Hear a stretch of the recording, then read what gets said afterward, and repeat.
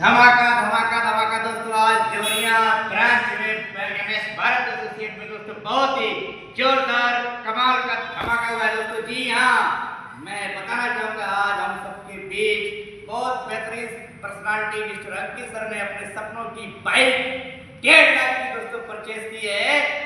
मैं अंकित सर से कहना चाहूँगा आज आपको कैसा महसूस हो रहा है, दोस्त शब्द के बारे में जरूर बताएं और ऐसा बताएं ताकि हमारे साथ जितने भी और भी लोग दोस्त हैं, भाई या बहन हैं, सबका सपना एक दिन ऐसे ही पूरा।